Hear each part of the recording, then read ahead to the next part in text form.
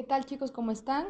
Quise realizarles este video como una pequeña retroalimentación acerca de la investigación que previamente les dejé antes de salir de clases, la cual consistía en investigar diferentes conceptos de delitos que nos establece nuestro Código Penal para el estado de Chiapas. Nuestro código establece una infinidad de delitos, sin embargo, seleccioné los 10 que consideré más importantes que ustedes pudieran manejar, mismos que se encuentran divididos en diferentes clasificaciones, de acuerdo al bien jurídico tutelado que se ve afectado en caso de la comisión de este delito. En este caso fueron 10 delitos de diferentes clasificaciones y espero que me compartan sus dudas, sus preguntas, qué les pareció más interesante, qué aprendieron, qué no les quedó claro. Es importante para que podamos mejorar el aprendizaje de acuerdo a la investigación y de acuerdo a esta retroalimentación. Vamos a empezar entonces con la primera clasificación y los primeros delitos. Empezamos con la clasificación de delitos contra la vida y la integridad. ¿Por qué? Les repito, porque en la comisión de cualquiera de estos delitos se va a dañar el bien jurídico tutelado de la vida o de la integridad. En este caso vamos a hablar primeramente del homicidio. ¿Qué nos dice nuestro Código Penal acerca del homicidio? El que prive de la vida a otra persona. El homicidio es privar de la vida a otra persona. Nos empieza a hablar de él a partir del artículo 160. ¿Qué va a pasar si yo privo de la vida a otra persona? Me van a imponer una sanción de 8 a 20 años de prisión. Las mismas penas se van a imponer a quien cause la muerte cerebral de otro. Es decir, que aunque técnicamente la persona no esté muerta, su cerebro deja de funcionar. También es homicidio, aunque en el momento la persona no fallezca, pero posteriormente, a causa del daño que yo le ocasioné, muera ya sea el mismo día, al día siguiente o días posteriores. Existen diferentes tipos de homicidio, entre ellos el homicidio simple, que es el más común, y es cuando alguien causa la muerte de una persona, ya sea por dolo o por culpa. Sabemos la diferencia de dolo y culpa porque la vimos en las clases pasadas. Dolo es tener la intención de matar a alguien o de ocasionar un daño a alguien, y culpa es ocasionar el daño a causa de mi negligencia o de mi imprudencia, aún sin tener la intención de causarlo, ¿no? Entonces es el homicidio simple. Después tenemos al homicidio calificado. En este caso, la persona que comete el asesinato va a actuar con premeditación, alevosía y ventaja, es decir, va a planear la comisión del homicidio, plenamente consciente de que va a matar a alguien. En este caso, la pena se agrava y por lo tanto la sanción va a ser de 25 a 50 años de prisión. Bastante significativa la diferencia. También tenemos al homicidio en razón del parentesco, que es privar de la vida a un familiar, ya sea mi ascendiente o descendiente consanguíneo en línea recta sin limitación de grado. También sabemos cuáles son el parentesco y cómo se clasifica. Sabemos que los ascendientes son nuestro padre, nuestra madre, nuestros abuelos, nuestros bisabuelos, y nuestros descendientes son nuestros hijos, nuestros nietos, nuestros bisnietos. También se considera un homicidio en relación del parentesco si matamos a nuestro hermano, a nuestro adoptante, es decir, a la persona que nos adopta, al adoptado, a la persona que yo estoy adoptando, o a mi concubina o mi concubinario, que es la persona con la que yo mantengo una relación, ¿no? En este caso, también el delito se va a agravar y la pena va a ser de 15 a 50 años de prisión, y voy a perder cualquier derecho que tenga sobre la persona, incluido los de carácter sucesorio. Es decir, si por ejemplo mato a mi papá y mi papá me tiene considerado como su heredero, entonces yo pierdo automáticamente los derechos de la herencia si se comprueba que yo ocasioné la muerte. También tenemos al feminicidio. ¿Cómo yo puedo diferenciar un homicidio simple de un feminicidio? Bueno, pues porque en este caso la persona que muera va a ser una mujer a la cual van a privar de la vida por razones de género. En este caso, la sanción va de 40 a 60 años de prisión. ¿Cómo puedo distinguirlo? Primeramente, se considera como una razón de género el que haya existido entre la persona que muere y la persona que comete el asesinato, una relación de parentesco, ya sea por consanguinidad o por afinidad, que exista una relación conyugal, o sea, de matrimonio o de noviazgo, que exista una relación laboral o una relación docente o cualquier relación que implique subordinación. Que la víctima presente signos de violencia sexual, lesiones o mutilaciones previas a la privación de la vida, que existan antecedentes que previamente se amenazó a la víctima, que su cuerpo, obviamente sin vida, sea arrojado o depositado en un lugar público y que la víctima haya sido incomunicada previo a la privación de su vida. Entonces, hay diferentes tipos de homicidio dentro de la figura del homicidio que nuestro Código Penal estipula para los diferentes casos. Esto es entonces el delito de homicidio. Después tenemos al delito de lesiones. El delito de lesiones aparece en nuestro Código Penal a partir del artículo 165. Nos dice nuestro artículo que va a cometer el delito de lesiones el que cause a cualquier otra persona alteración en su salud. Es decir, yo voy a agredir físicamente a otra, lo cual le va a ocasionar una alteración en su salud. El delito de lesiones, la pena se va a aplicar de acuerdo al tiempo que la lesión requiere en sanar. En este caso, cabe mencionar que las penas que establece nuestro código no solamente son de prisión, sino también son de multas que se miden de acuerdo al salario mínimo de las personas. Entonces, puede ser que sea solo multa la sanción o que sea pena de prisión y multa, etc. Entonces, en el delito de lesiones se va a clasificar de acuerdo a qué tiempo me va a llevar a mí que sane la lesión que me provocó otra persona. En este caso, supongamos que me lastimó y me cortó un brazo, ¿no? O la piel. En este caso, la primera clasificación y la menor clasificación van desde los 6 meses al año de prisión y multa de 20 a 60 días de salario. Si la lesión que me ocasionaron tarda 15 días en sanar o menos de 15 días, es decir, no es una lesión grave.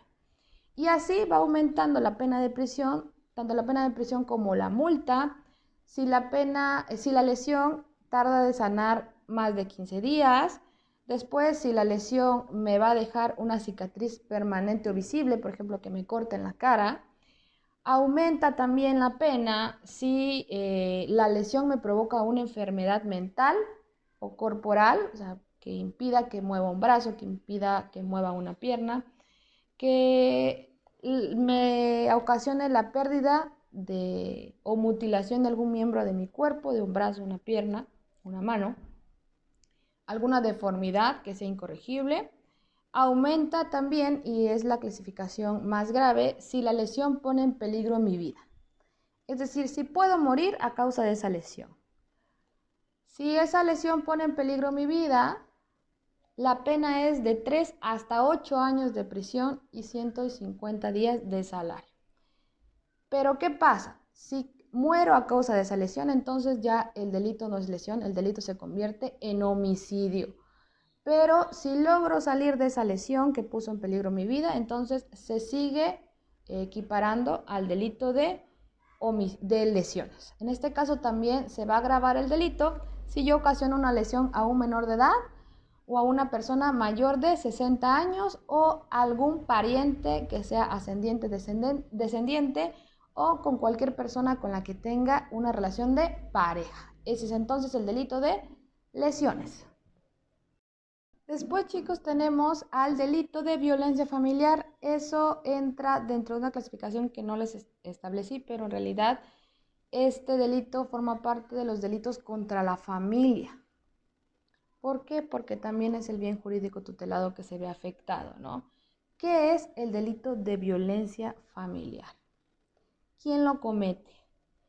Cualquier familiar consanguíneo, línea recta, ascendiente o descendiente, cualquier tutor, adoptante, adoptado, cónyuge, cualquier persona con la que tenga una relación de pareja, que lleve a cabo un acto o omisión en contra de la integridad de cualquier miembro de la familia, con el fin de, nos dice nuestro código, acosarla, dominarla, someterla, controlarla, mediante diferentes tipos de maltrato. Maltrato físico, verbal, psicoemocional, sexual, patrimonial y económico. Es decir, existen diferentes tipos de maltrato. No solamente hay maltrato cuando existe violencia física, ¿no? Que me peguen. No, también existe diferentes tipos de maltrato que nuestro código nos lo enseña a diferenciar. También se va a imputar el mismo delito, o sea, si yo omito impedir u omito denunciar ese delito. Si yo sé que algún miembro de mi familia está cometiendo ese delito y yo omito o permito que siga causando ese daño. Entonces, maltrato físico es obviamente toda agresión física. Maltrato psicoemocional es aquella que me afecta psicológicamente mi personalidad o mi estabilidad mental. El maltrato sexual es cualquier imposición de prácticas sexuales como instrumento de control. El patrimonial es cualquiera que afecta la supervivencia de la víctima. Si yo, por ejemplo, retengo bienes de valor de alguna otra persona que sirven para satisfacer sus necesidades esenciales. También está el maltrato económico, que afecta también a la supervivencia de la víctima. En este caso, si yo, por ejemplo, controlo la percepción económica de mi pareja, de mi hijo, de mi hija, así como, por ejemplo, también si yo controlo la percepción de algún subordinado laboralmente. Si por mi trabajo también recibo un salario menor realizando el mismo trabajo que los demás. A quien comete este delito se le va a imponer de 5 a 8 años de prisión y hasta 60 a 150 veces de multa. También va a perder los derechos sobre la persona. Puede ser que le prohíban ir a algún lugar determinado o que obliguen a esta persona a salirse de la casa que comparte con los demás familiares. Entonces esto es el delito de violencia familiar. Después vamos a empezar ahora con la clasificación de delitos contra la libertad sexual y el normal desarrollo psicosexual. El primero de estos delitos es la violación. Empieza la explicación de nuestro código a partir del artículo 233 de nuestro código. Nos dice que comete el delito de violación el que por medio de la violencia física o la violencia psicológica realice cópula con otra persona de cualquier sexo, ya sea hombre, sea mujer. ¿Qué es la cópula?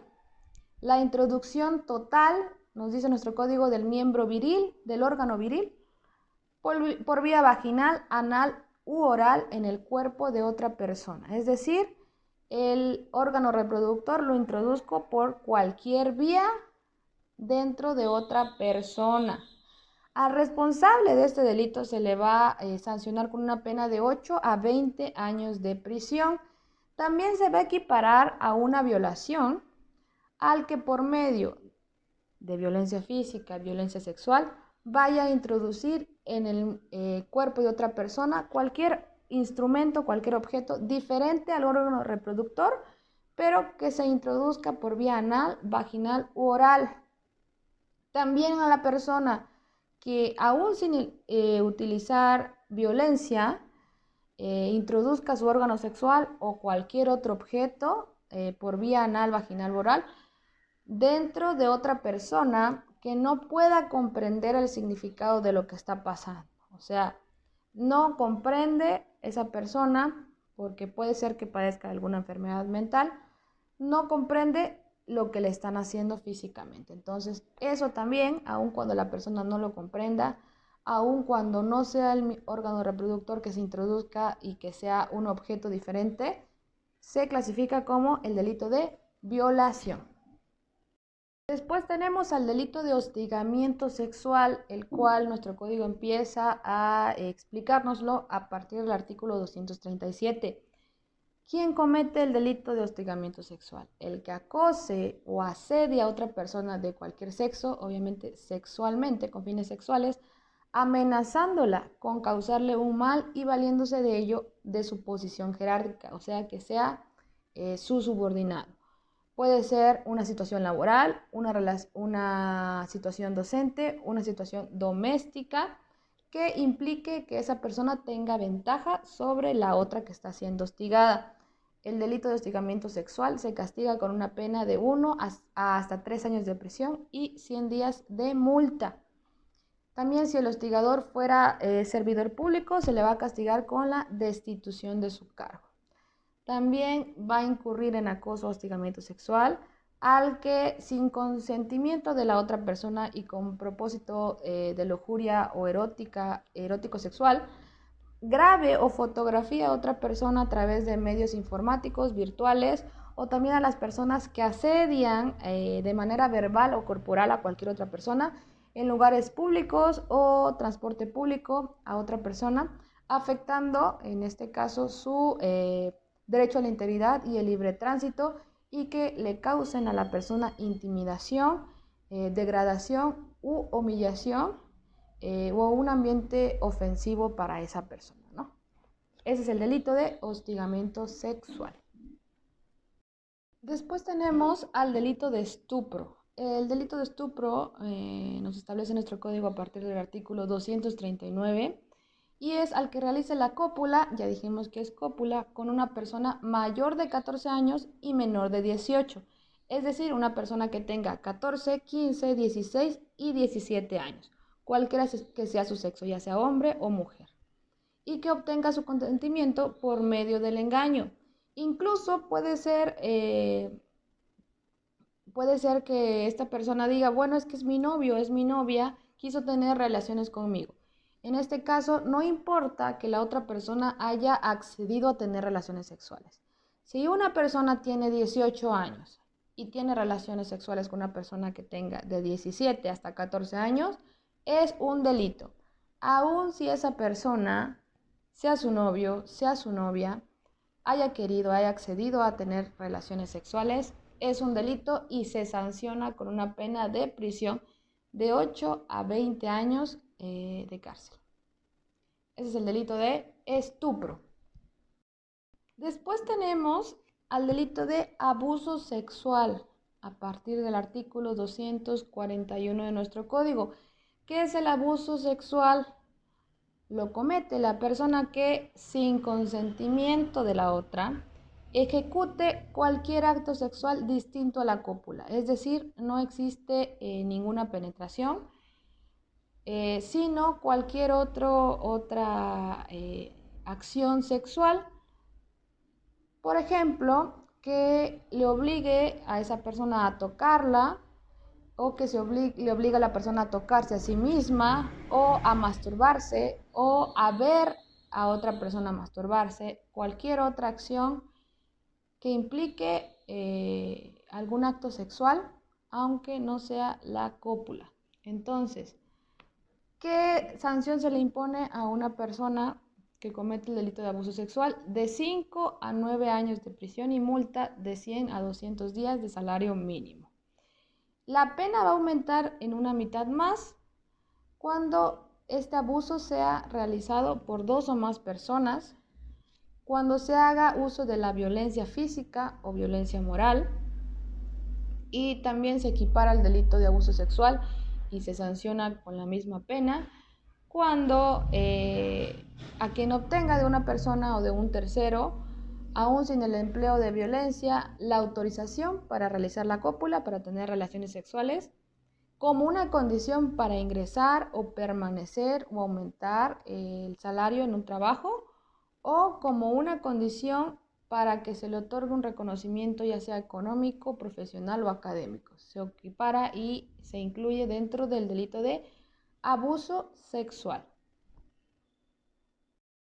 Ahora vamos a hablar de los delitos en contra de las personas y en su patrimonio. ¿Por qué? Porque si se cometen, se ve afectados en este caso el patrimonio de las personas. Vamos a empezar con el delito de robo, que es bastante amplio y que implica una clasificación muy variada, y trataremos de resumirlo un poco. Empezamos con el delito de robo a partir del artículo 270 de nuestro Código Penal. ¿Quién comete el delito de robo?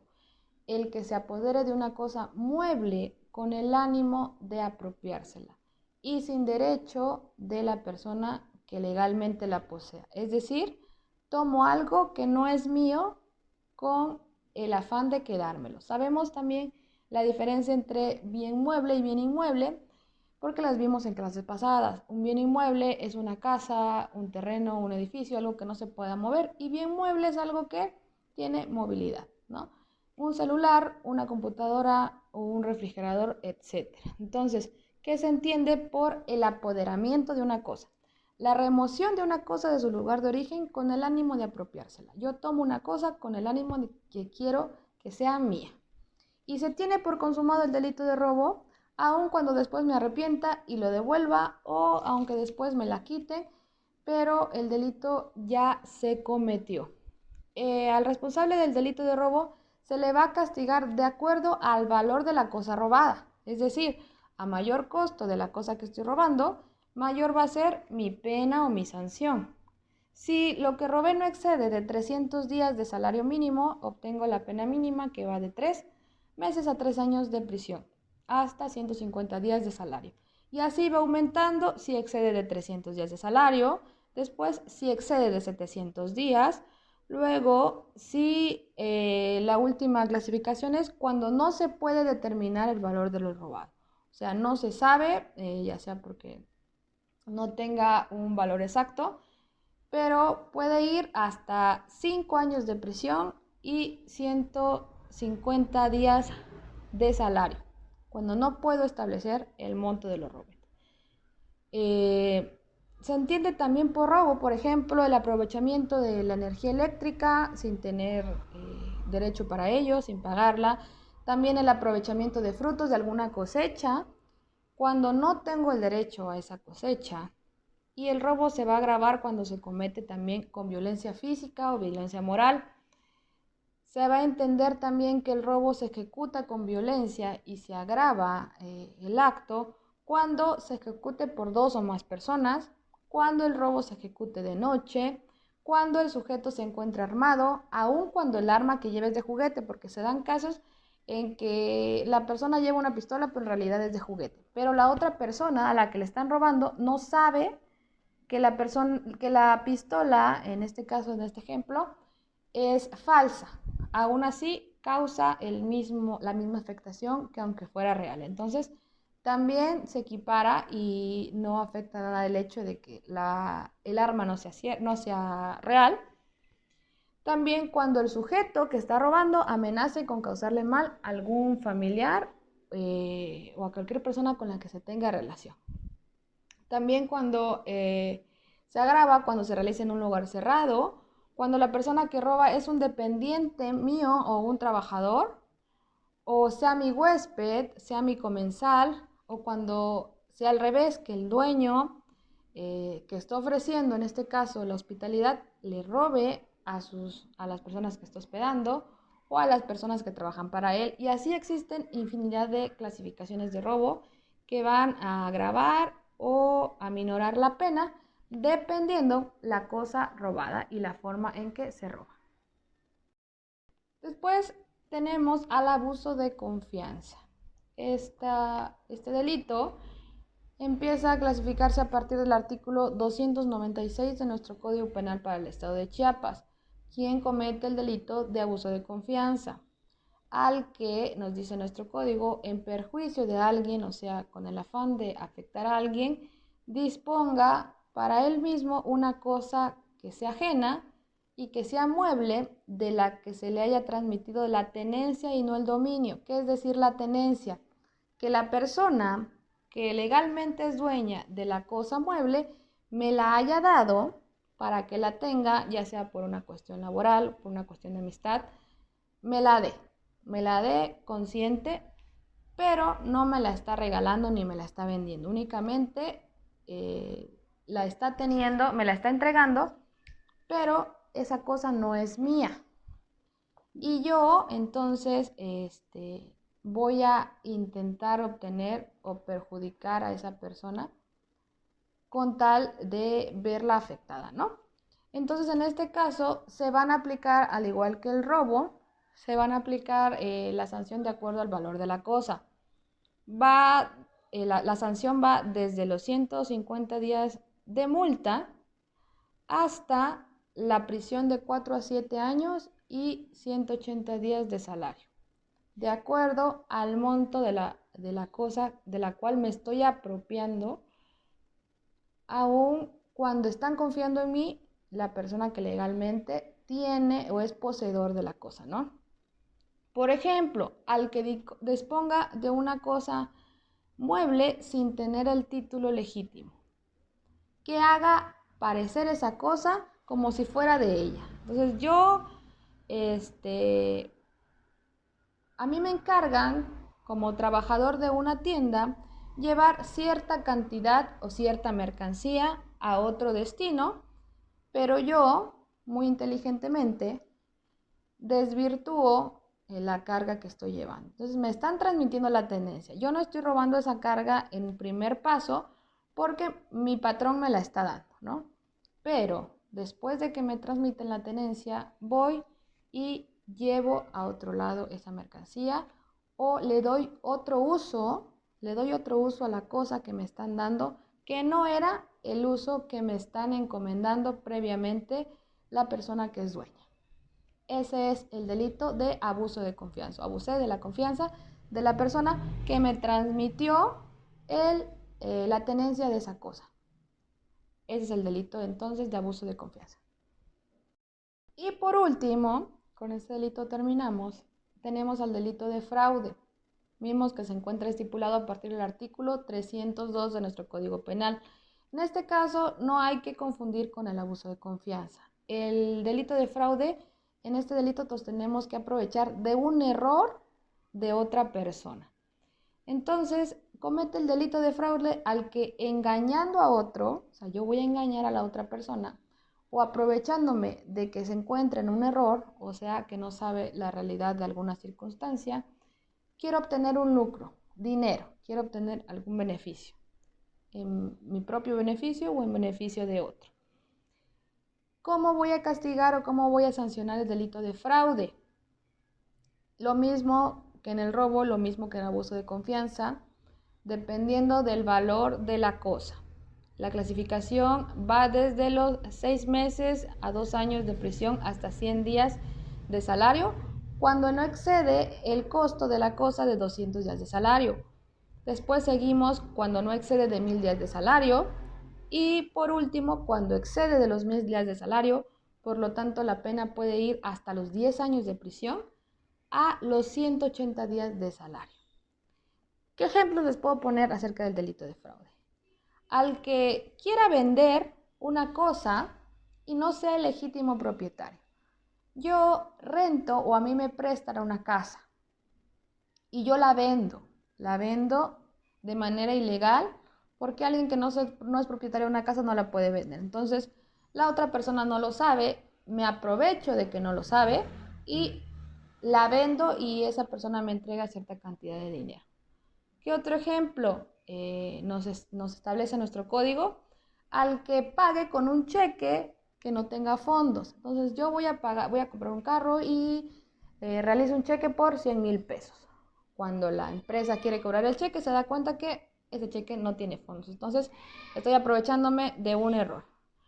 O puede ser que yo muy inteligentemente quiera vender una misma cosa a 2 personas. Entonces 2 personas me pagan lo mismo, pero solo tengo una cosa. Por lo tanto, alguna de esas personas va a salir perdiendo o ya sea que simplemente no quiere entregarle el objeto a nadie.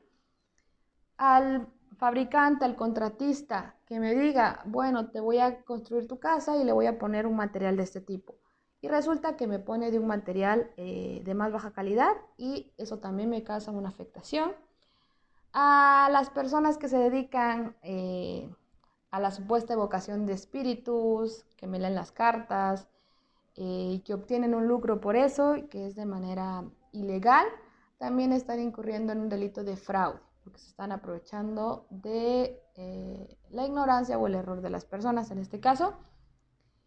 Y pues también a quien valiéndose de las malas condiciones económicas de alguna persona, pague cantidades inferiores al trabajo realizado. Es decir, yo me abuso de una persona que tengo trabajando para mí y le pago la mitad de lo que realmente debería pagarle.